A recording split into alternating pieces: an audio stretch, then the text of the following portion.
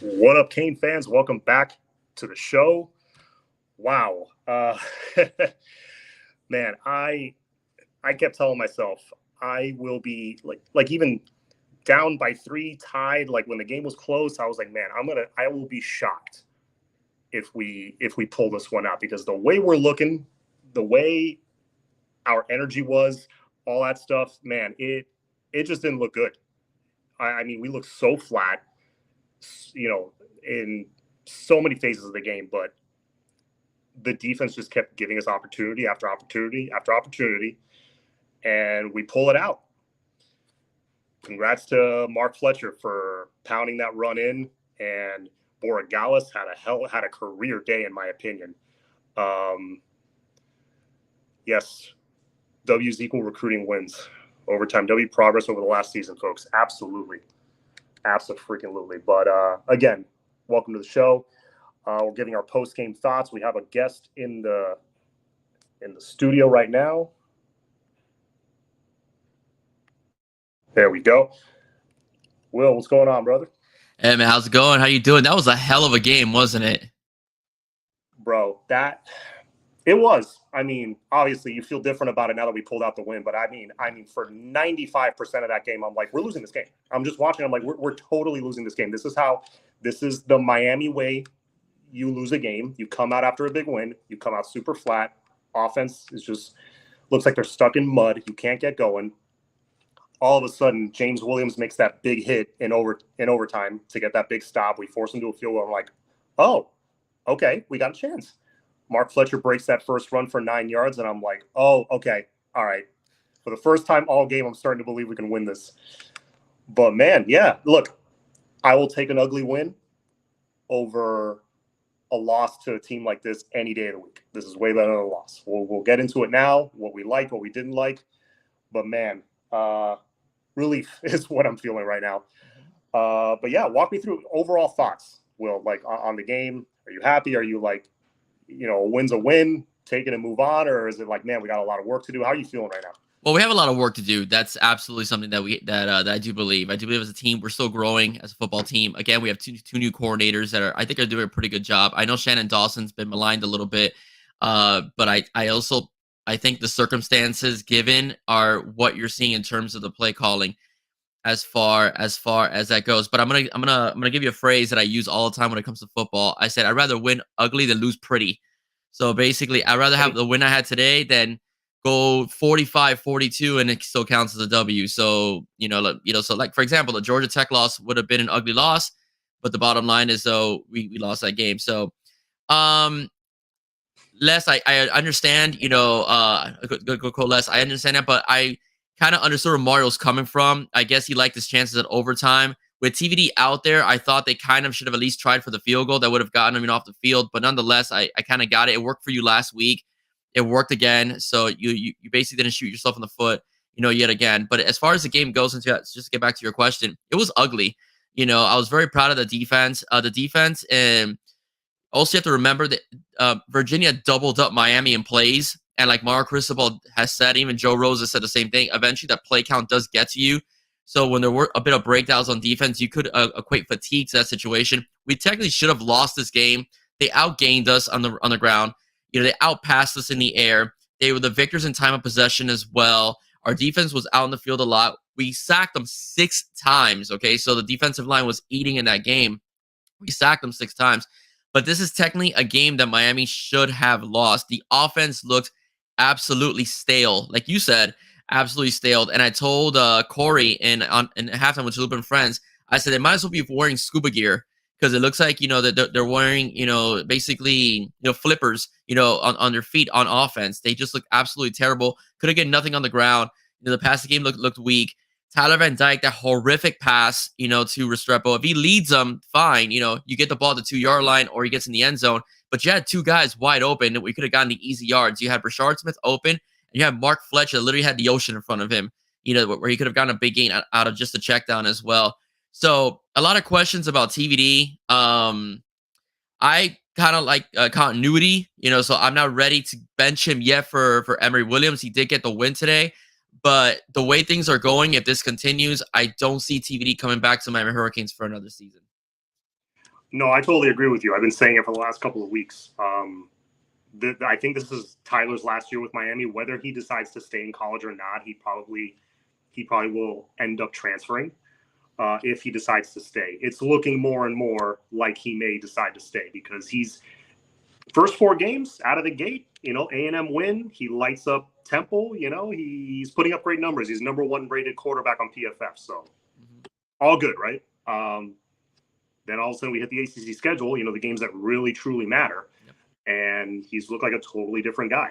So, I'm thinking, yeah, he probably will end up sticking around another year, sticking around college another year. I don't think it'll be with Miami, unfortunately. That's my opinion. But yeah, I was just adding up rushing attempts for Virginia, 45, and passing attempts, 38. That's a total of 83 plays. Yeah, that Virginia ran.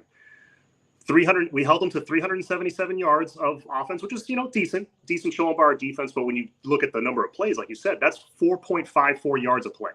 Yeah, that's 4.5 yards a play. That's solid.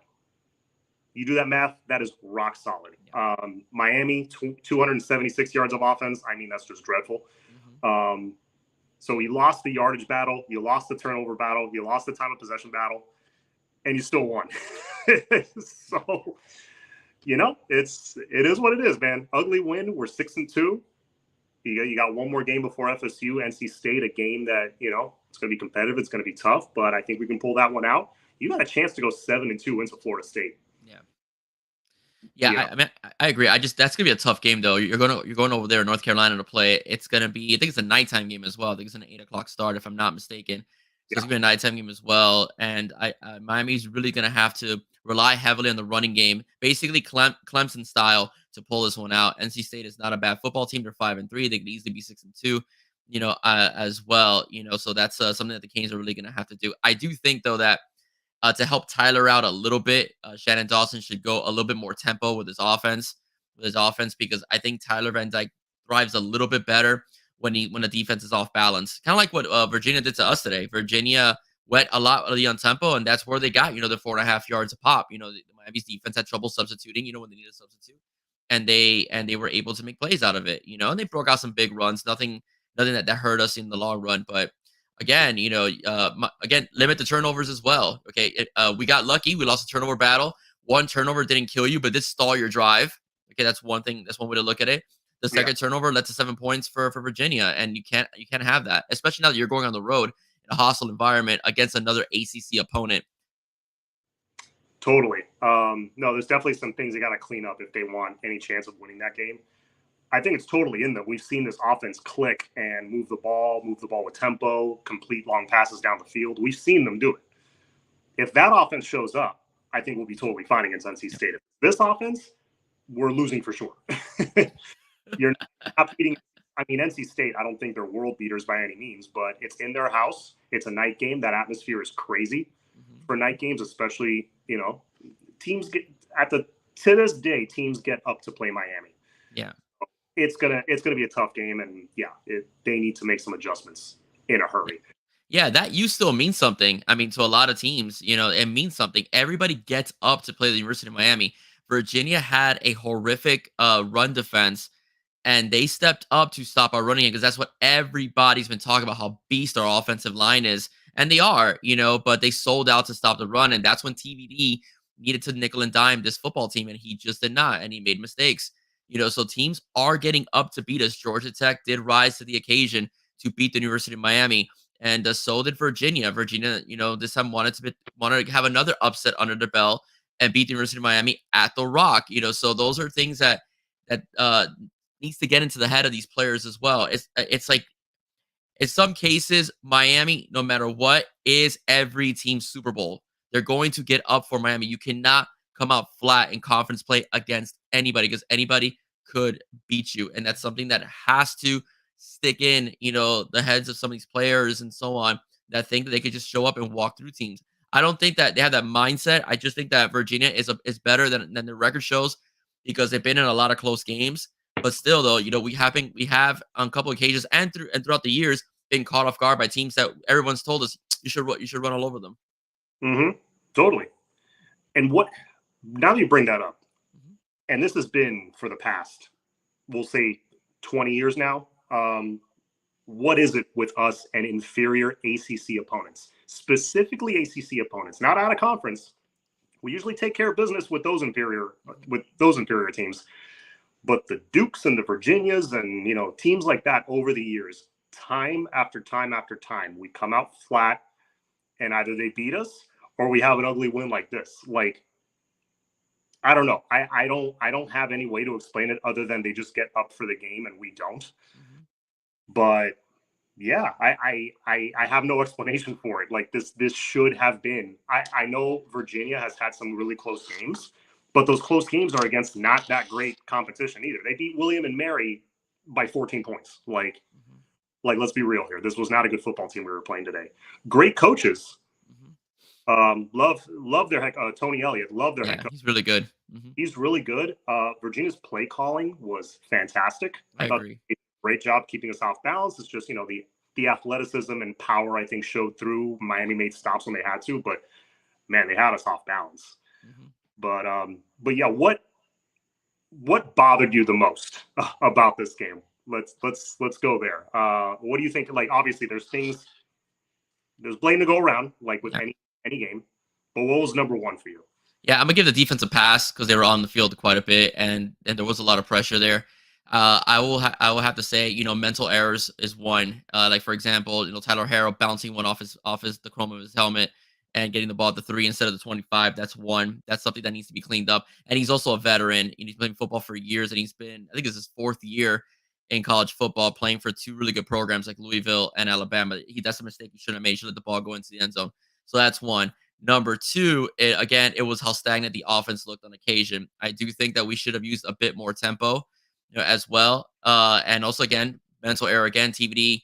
The horrific pass, the double.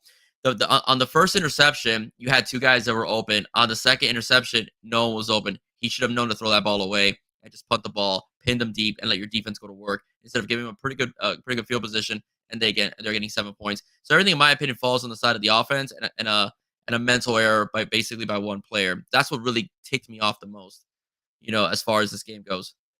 Oh, I was pissed about that. I don't know what Harrell was doing on that play. I really don't. That was the one dumb mistake I saw in this game, though. It wasn't multiple. So no, there weren't. That was a big one, though. That's something that's Pee Wee football. I feel like we haven't come close to turning the corner yet in that regard, like the dumb penalties, the mental mistakes. Yeah. We're making some progress, but not where I would like it to see by now in year 2. I will give the team credit, though. Obviously, this team does not quit. They've showed us that all season.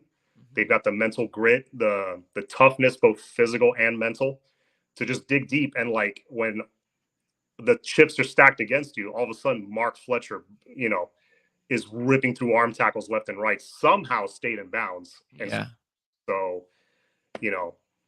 kudos to him. And also Andy Borregales, my God.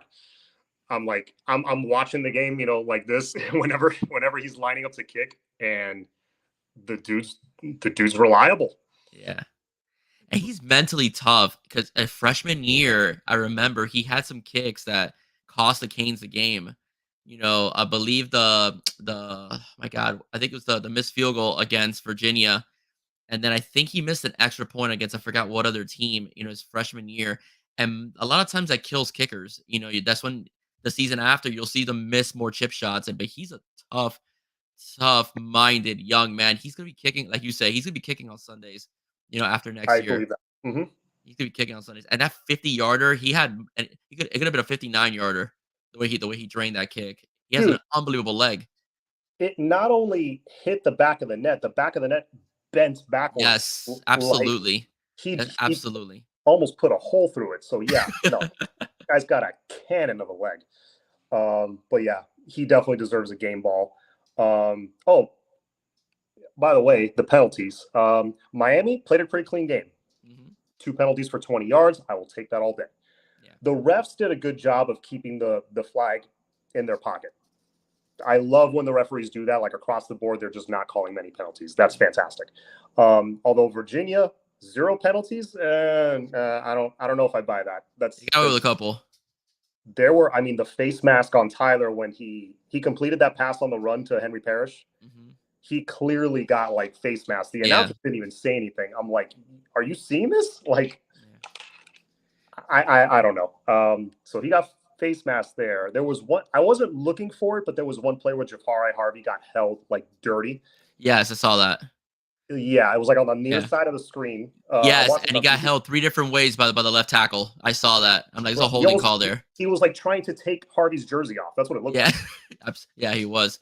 I guess the ref didn't call that one because he kept his hands inside the shoulder pads, the whole time, and there wasn't an arm extension.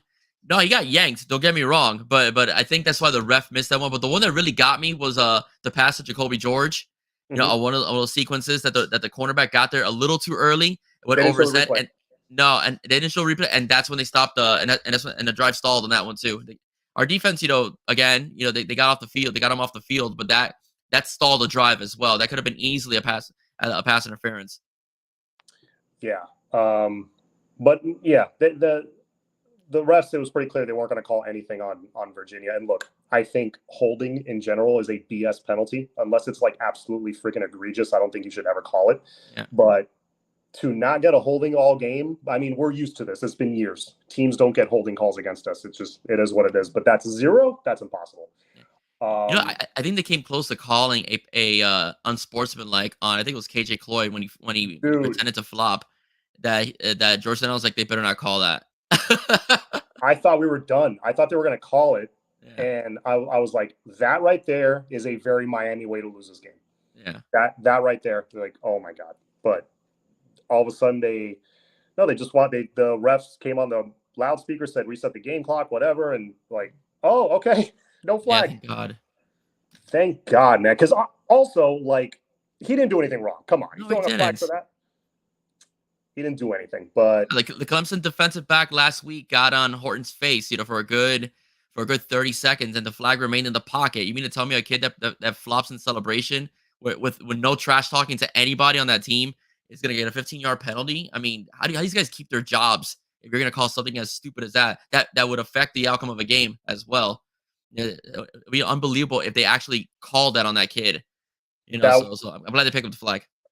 no, I'm glad they did. And yeah, no, that would have been just horrific to like call that flag and then they kick a field goal and they beat us because of that. You know what I'm saying? But hey, they didn't throw it. We only got 2 penalties on us, relatively clean game. So, um, you know, uh, end of the day, a win's a win. Well, not really. I don't always believe a win's a win in college sports, but like you said, I will take an ugly win over a pretty loss any day. Yep. We're 6-2. And this is a decent point by Terry here. We're 6-2 right now. Got a chance to go to 7-2 next week. We need to stop making excuses for TVD. He can't read defenses. Once defense runs zones, he gets confused. I got my thoughts on that. What are your thoughts on that? Yeah, I agree with Terry. I do think that zone defense is Tyler's weakness. That's why I think an up tempo offense like what Rhett Lashley ran a couple years ago for him is the best type of offense for him, because it'll keep the defense off balance. So even if they run a zone, they would have to get set, in their zone, and if they're able to center the ball quick enough, that will keep the defensive back or the linebacker is supposed to get into his zone maybe a half second late because he's not yet in position, before the offense lets the offense go. So I do agree with Terry. I think he's spot on. I think zone defense, double coverages is something that Tyler Van Dyke has a weakness with, as far as that goes. That's why I think a tight end, as far as a security blanket used more often, which we saw today with Cam McCormick, could be his best friend. Will Mallory was very useful to him, when he was a tight end at the University of Miami because he could always check down to Will, and Will was always in position in space. Whether even with Josh Gaddis, he's always in position in space where he was able to at least contribute, with the yards after catch. We're not seeing that this year from that position. But yeah, Terry, nice call. I mean, we've all been saying it too. Tyler's main weakness is zone defense, so that's why I think going fast, on offense might be the best thing for Tyler, or use a lot more misdirection motion, like they did against Texas A&M to help kind of Tyler see where the defense is going. Mm-hmm. I would have liked to have seen. I mean, I've been wanting to see more motion from this team. I've been wanting to see like more jet sweeps, Yeah. and things like that, and little wrinkles that I didn't see it. I think I saw Brashard Smith touch the ball once on offense. Mhm. I need to see a little bit more of that. But I'm not. This isn't going to be a bash Shannon Dawson hour. Look. It's hard to call. It's hard to get into the flow of the game when your quarterback is just not playing well. I don't totally put that on Dawson. Damn, Mitch, is that right? This is now the 12th game versus us with opponents having 0 flags. Next closest is 3 games.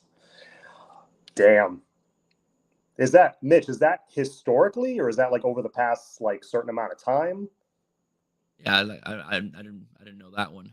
How long is that? I believe it. I believe that for sure. Yeah, so do I. But I mean, I didn't even think of that. I didn't even think about that. Well, think about it. For a team not to get called for anything, a hold, a face mask, and offsides, like that never happens. That's so rare. Oh, Mitch says historically. Wow. Historically, wow. Okay, thanks, Mitch. That should be looked into. Just saying. Yeah. But anyways, yeah. I didn't want to have you on too long. I just wanted to get like post-game thoughts, post-game reactions. Since it's fresh. The game ended 35 minutes ago. Yeah, definitely. But man, gutsy performance by the rest of the team. When quarterback wasn't playing well, offense just wasn't getting going. Again, the offensive line just digging deep and just getting those physical yards, just run after run after run. And Mark Fletcher, thank God, he was ready for this. Without him, we don't win this game. No, definitely not. What a time to come back, man. It really was. What a time for him to come back. His mom must have been very proud too. He's very close to his family. I met his mom at Canes Fest. Very nice lady. And she must have been super proud, of his performance. He won the football game for the team, and he was a major contributor in that overtime. So very happy for him too.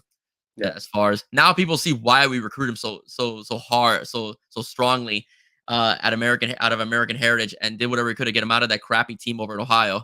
Their clutches and so on. So, yeah. I'm glad he's on our side. Yeah. What was that? Yeah, what's their names? Yeah, the team, whatever, up there. I want to end on this because I don't know if you caught Oklahoma getting upset by Kansas, and I love the name. It's fitting. Bye Bosworth. Ask Oklahoma if they would take an ugly win. Just get to 8 wins and keep building into 2024. Yeah, our old buddy Brent Venables took his first L of the season today, and couldn't have happened to a nicer guy. But good. This is the end of the day. This is progress, and about Mark Fletcher. If you keep Mario around, look, he has this stuff with the game management and whatever. You're going to question some things he does, but if you keep him around, he's going to keep bringing in guys like that. Mm-hmm. You know what I'm saying? So for better or worse, he's going to keep bringing in those dudes. You know what I'm saying? Guys that are not just another guy. No, dudes like future first round, second round kind of guys are going to fight for every yard. Yeah, I mean, I love our listeners and I love our fan base. I love their passion, but you have to look at things with a big picture. And although last year was disappointing, and we've had a couple losses this year that are disappointing. Miami, in terms of recruiting, Miami is in with a lot of the top players. They're at least getting the seat at the table. When I would guarantee you, under Manny Diaz, they would not have the seat. And I can honestly tell you, and I'm only saying this because Brian Smith over at I forgot where what sports agency he works at, but he's always on Locked On Canes. He said that Popo Aguirre would have never gone to Miami. He would have gone to Alabama if Manny Diaz was a head coach, and that's true. Popo told me that himself. So you're getting guys like Popo Aguirre, Malik Bryant. You're getting Mark Fletcher from teams like Ohio State. You're still sort of, even though it's a small percentage, you're still in the mix for Ellis Robinson the fourth, right? As well, Jeremiah Smith is still looking at you, as well. You have guys like Kevin Riley, as well. The Hellcat. These are guys that, would have probably gone to other teams. Maybe not. You never know. They could be Miami Hurricane fans, but at least with a plethora of players, we're getting a seat at the table. And once we start winning, once you see that 9-10 win season, those guys are going to come. Josh Patty had a very good statement regarding how people talk about how Phil Knight was able to fund Mario's recruiting. Josh Patty is very good at research. He went through Willie Taggart's recruiting classes, Mark Helder's recruiting classes, same donor to Oregon, same kind of money. They had like top 20, top 25. Mario was putting in top 5, top 8, top 10 while he was at Oregon. There's a major difference between chasing players and being relentless in your recruiting than that of like, oh, well, money fixes everything. So I do think that just look at the big picture, right? In the end, I wanted Butch Davis fired when I was 16 years old because we lost to East Carolina. I was 16. I wanted him fired. Okay, he gave us the greatest football team of all time because of his relentless recruiting. Just give Mario a shot. That's all. That's all I'm saying. Just give the guy a shot. Yeah, relentless recruiting and also the eye for talent. Yeah, Eye absolutely. for Like Butch not had just as well. like who? Like Butch Davis had as well. Yeah. Because Yeah. it's not just because I'm learning this. It's not just finishing top in the top 10, top 15 in recruiting every year because we had consistently, number 15, number 17, number 12. Yeah. We were always in the teens with like Golden and Shannon and Yeah. Diaz and Richt. But it's not just that; it's getting the right guys. Yes, I agree with you. Getting the because we haven't had the right culture. We had it briefly with Richt. I think he was turning it around, but of course he stepped down after a couple of years. But just getting the right guys. It's not like this is not for the faint of heart. Playing at Miami. You got to deal with everybody hating you. Mm-hmm. You got to deal with sometimes you got to go out and play in front of a half full stadium. And everybody, when every team you step out on field against, they're coming for your head, because everybody hates us. But you got to get the right guys, the Matt Lees, the Jadeon Cohens, the Mark Fletchers, guys like that, grown men. Yeah, that's what this program has been missing for a while, and leadership. Yeah, no, I agree with you. And the freshman class this year, they have really good leadership. They have a good head on their shoulders as well. I was speaking to one of to somebody that works at the university within the football program, and the individual told me that they're not looking for guys just with star status. They're looking for actual football players that are also willing to be coached, right? So the yes or no sort of type of individual that could follow a program and not think that because they're talented or they had a rep in high school, it could just translate very well into college. So that's the kind of guy they're looking for. And that's where you get your Mark Fletchers. That's where you get your Popos. That's where you get your Maliks. That's where you get your, gosh, I'm thinking about Damari Brown, as well. That's where the Ray Josephs, those are the kind of, that's where you get those kind of guys. And that's what Miami is building right now as well. Mm-hmm. Absolutely, man. Well, anyway, Will, thanks for coming on. I know you pulled double duty today. I popped in to Chulupa's halftime show and I saw you on there. So thanks, man. Thanks for staying in the pocket and coming on with me after the show. 6-2. We're going bowling. Yes, we're bowl eligible. We're bowl eligible. Hey, bowl eligible.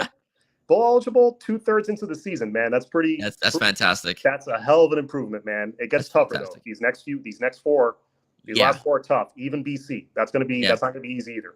But, and watch out for BC. That's gonna have to be a run heavy game. You're gonna be playing in a very, very cold environment. 100%. Maybe we see a little. Maybe hey, look, 4 games left. Maybe we finally see Jakari. Who knows? But all right. Well, Will, thanks for coming on. Appreciate it. Thank you for having me. I really appreciate it. Yeah. Do you have your next show planned already, or?